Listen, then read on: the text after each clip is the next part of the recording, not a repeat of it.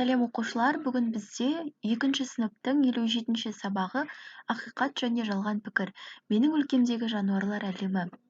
Есептерге бірінші тапсырмаларға мұқият қарайық.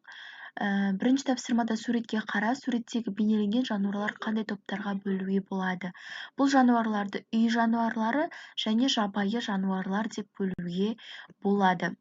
Енді әр пікірді оқып, оны ақиқат немесе жалған екенін анықта. Үшінші тапсырмадан бастайық. Аю бұл жабайы жануар. Дұрыс, дұрыс.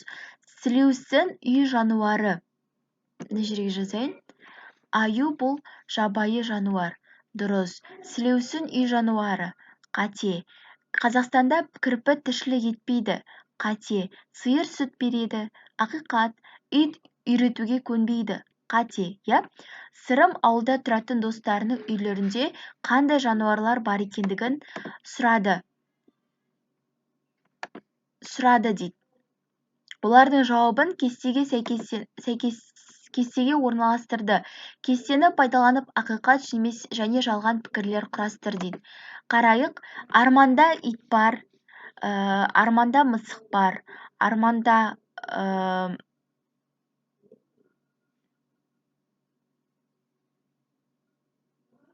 ауылда тұратын достарының, барлығы дұрыс деп ойлаймын, дұрыс болуы мүмкін. Мысық та, ат та, мына жерде қой да, сиыр да, ешкі де болуы мүмкін. Келесі 5-ші тапсырма. Номер 5. 57 қосу 3 дейді. Бұл бізде 60 болады. 42 қосу 6, бұл бізде 48 болады. 31 қосу 9, бұл бізде 40 болады. 9 қосу 42, бұл бізде 51 болады. 7 қосу 53, бізде 60 болады, 6 қосу 26, 32 болады. 19 қосу 9, 20 неше болады? 28 болады. 48 қосу 5, 53 болады.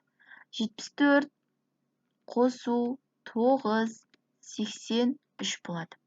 7 қосу 28, 35 болады. 9 қосу 57, 66 болады. 8 қосу 76 тең болады, 84 болады.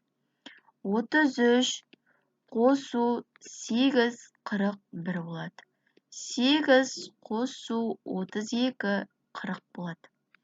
26 қосу 80, 34 болады. Келесі. Осымен сабақ аяқталды. Келесі 58-ші сабақты шығаратын боламын. Назарларыңызға рахмет. Каналыма тіркеліп кетіңіздер.